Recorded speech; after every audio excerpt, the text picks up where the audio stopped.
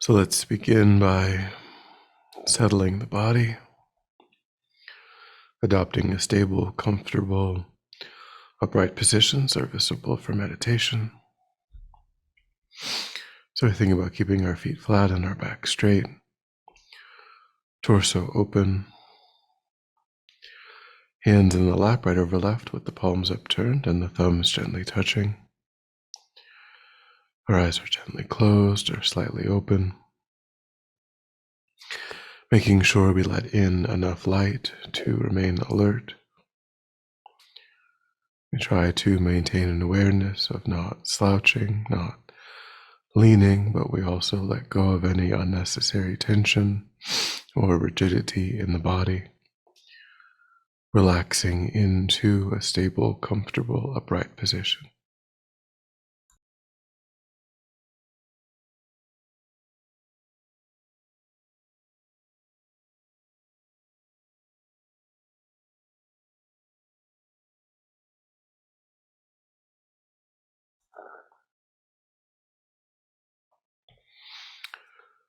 Then we begin to let go of attending to the environment, allowing sights and sounds to be as they are without investigation, constraining our awareness just to the body and mind.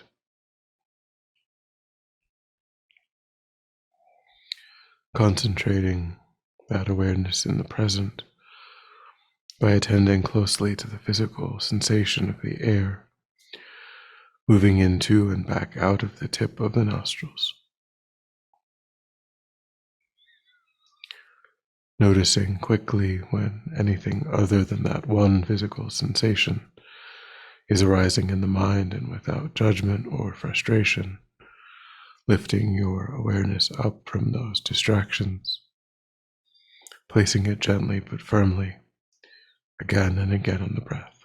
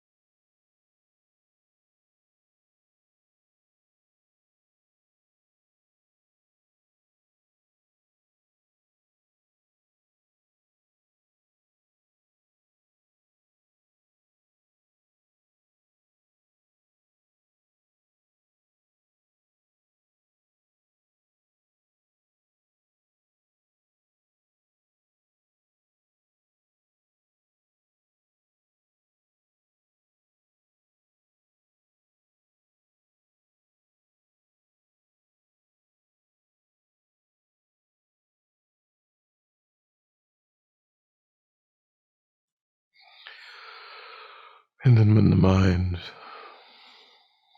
is more calm, it can generate abroad an altruistic motivation,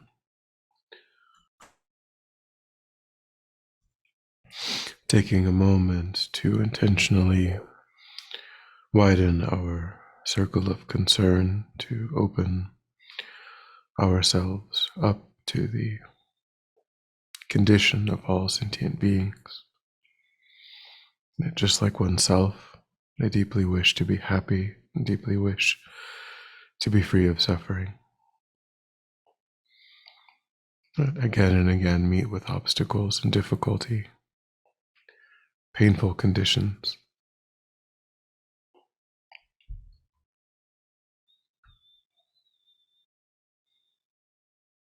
And just like oneself, that urge is just as strong for every other sentient being as it is in one's own mind.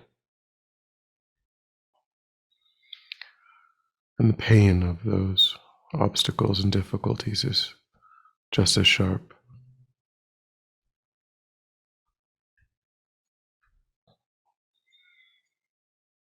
So we try to touch the ground of that universal experience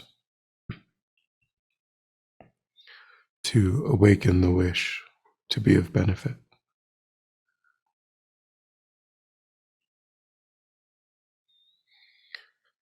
And think that by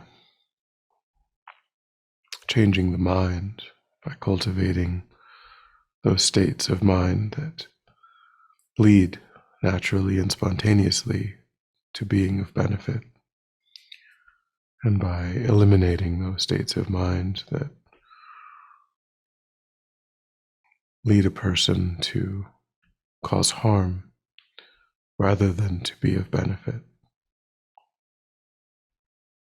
Engaging in that process, we create the genuine inner conditions to be able to work for the benefit of others. So we take that as our purpose.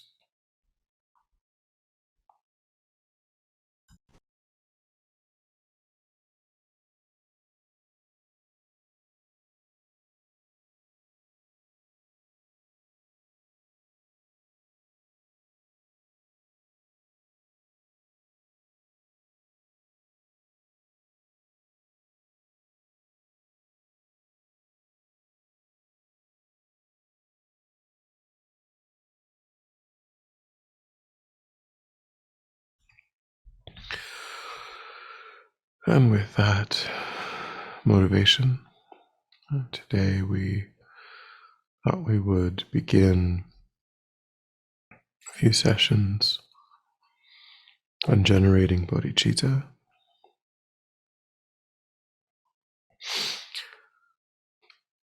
So we begin with the prerequisite practice of equanimity,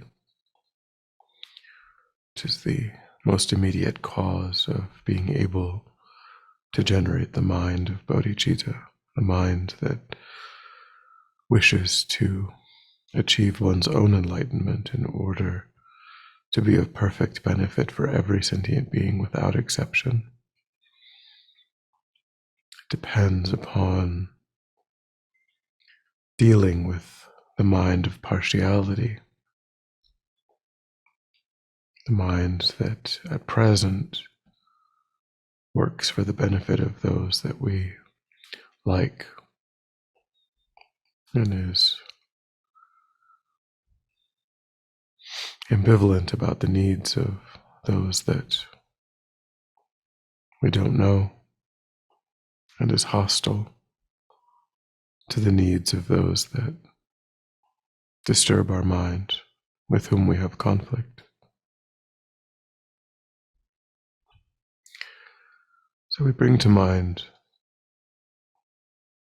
three people, imagining that they are seated in front.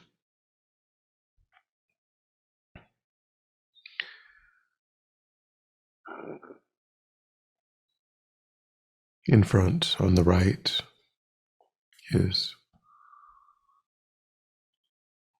someone that is close to us, dear to us.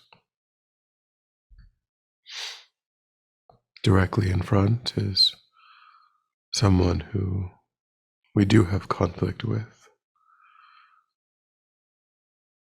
someone that we feel somewhat averse to.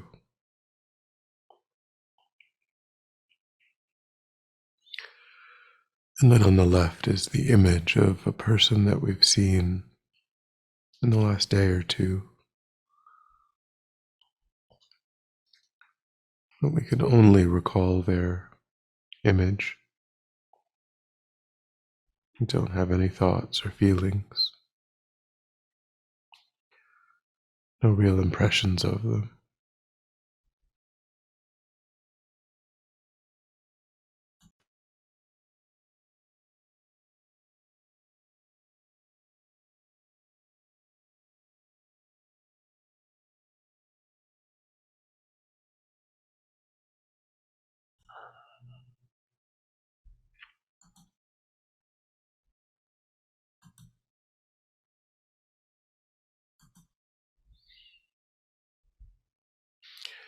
And we turn our attention to the person that gives rise to a sense of aversion in the mind.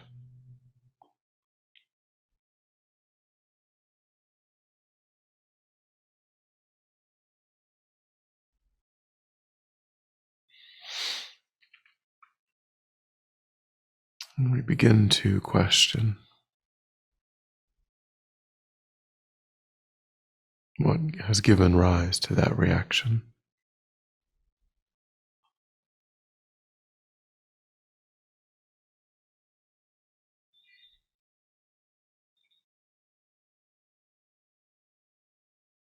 And we reach the understanding that we feel as though this person has acted against our interests,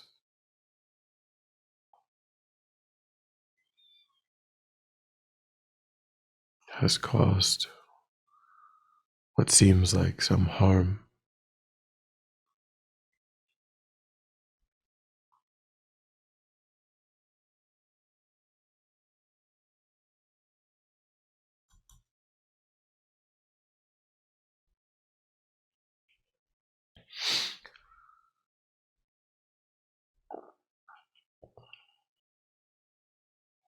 And we try to remember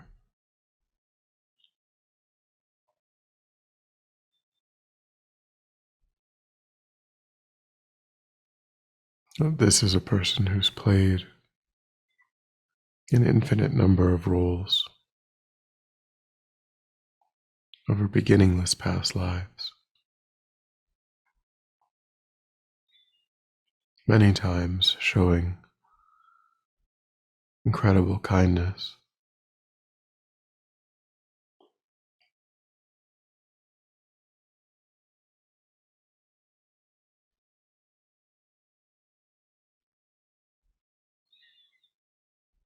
I think even in this life, they have many good qualities. There are many people that they are kind toward.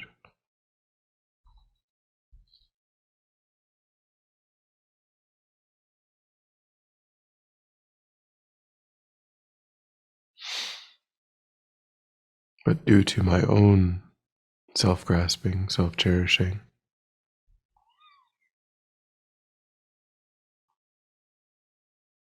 I focus only on the way that they treat just me in just a short period of time. Which gives rise to a sense of strong aversion that has no basis in reality.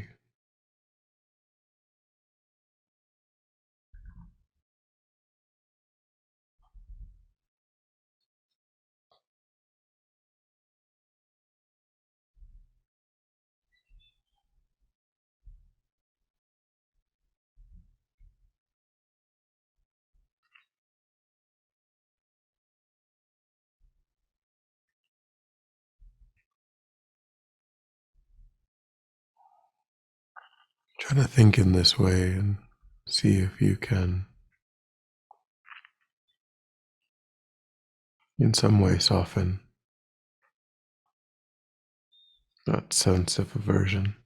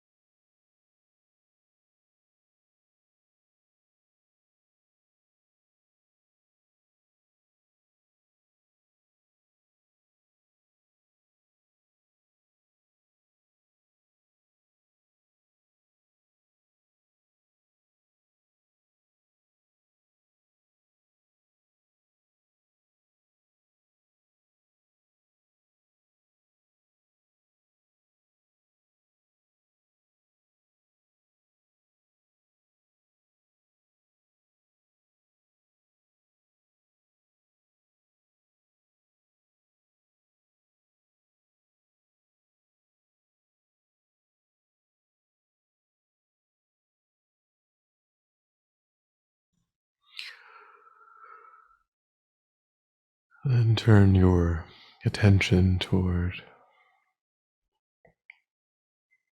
your dear friend,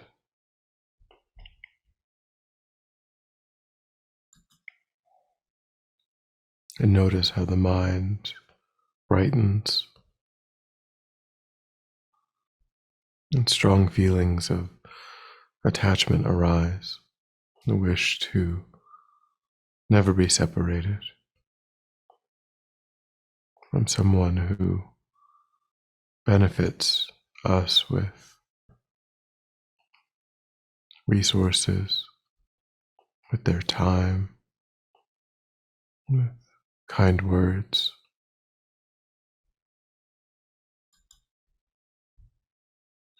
People with whom we share common interests.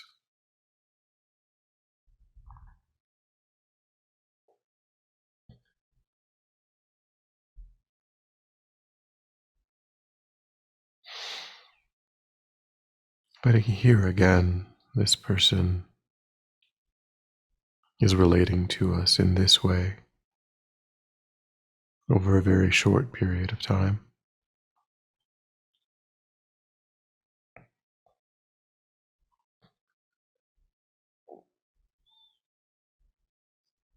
We know from our experience that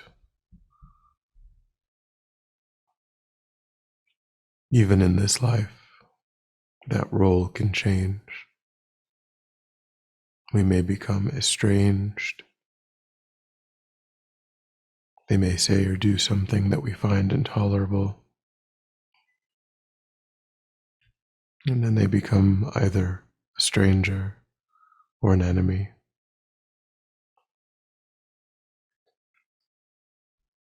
Just like over countless past lives, they've played those roles as well.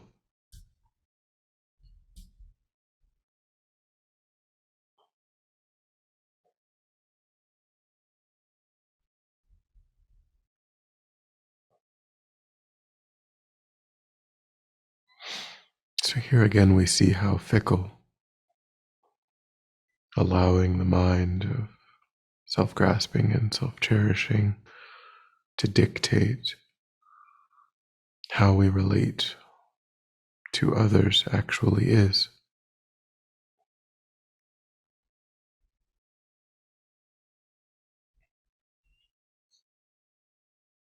generating these categories on the basis of trivial and temporary distinctions.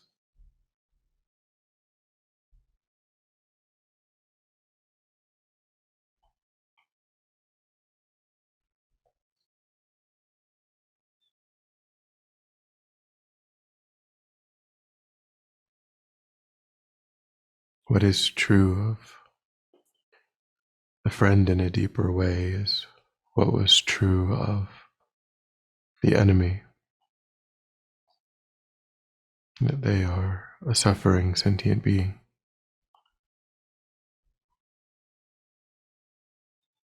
that they deeply wish to be happy and to be free of suffering, and they deserve equally to accomplish that goal.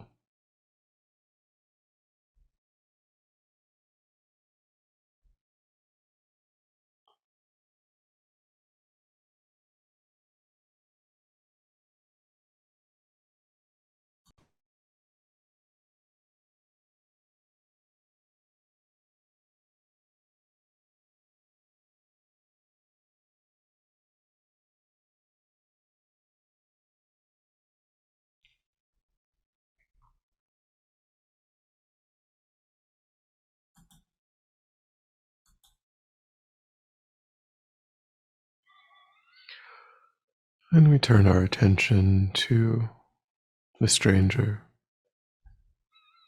someone with whom we feel no connection.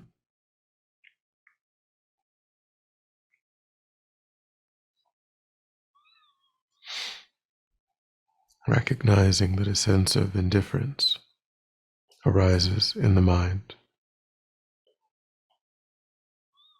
when we think of this person.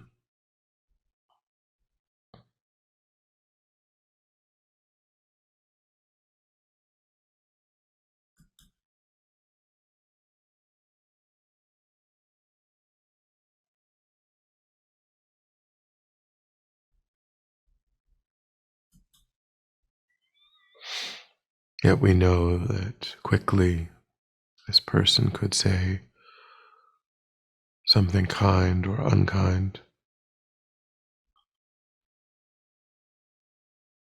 And the mind of self-grasping and self-cherishing would label them as a friend or an enemy.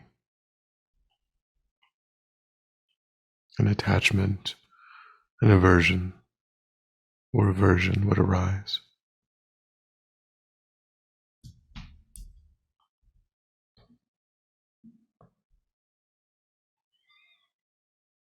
And we see these categories come from our own mind.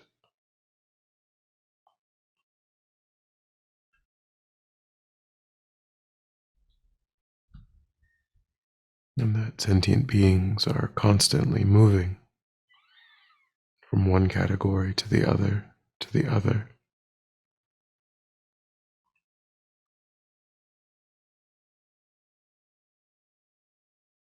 And yet our willingness to work for their benefit seems to be dependent on which category they're in. And as such, we ourselves are blocked from spiritual progress.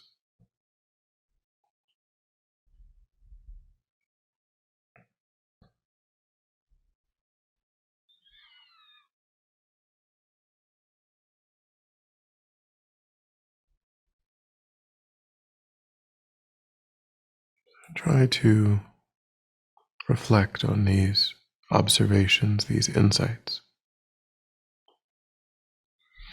coming to a deep understanding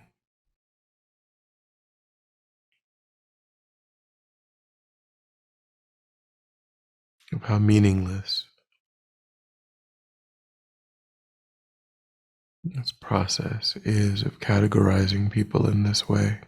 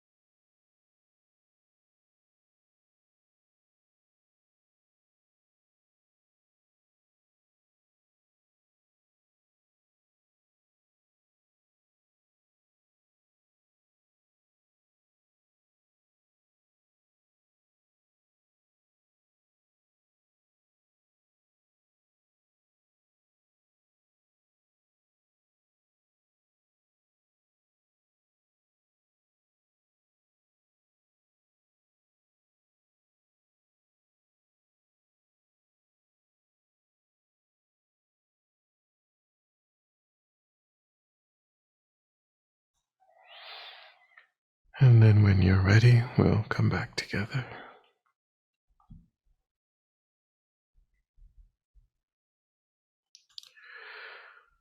And we'll dedicate. And by way of dedication for today, we will recite Losang Until Buddhahood, which is also one of the 8 prayers to benefit the deceased. So we can bring to mind our Dharma sister, Sister Max, and also think that we offer this dedication and our practice for her swift enlightenment.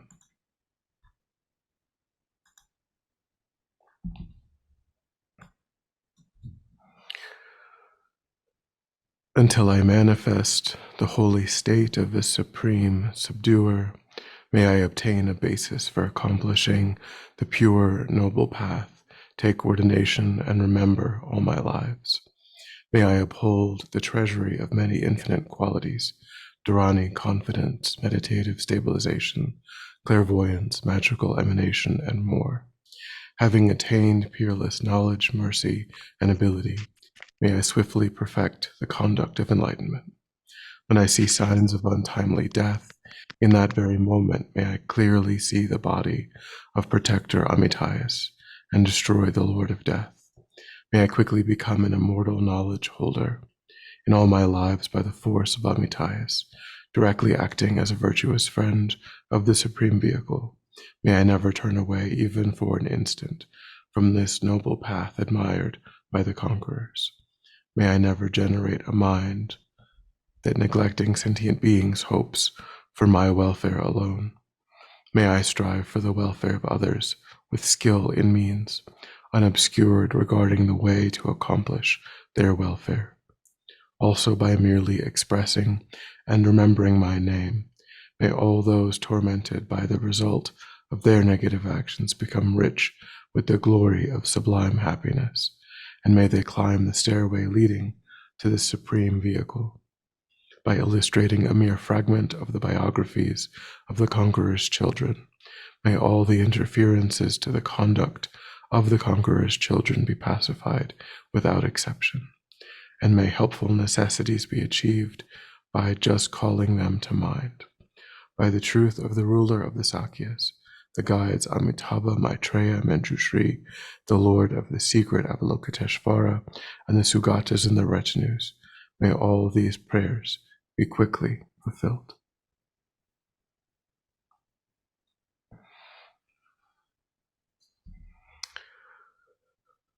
Right.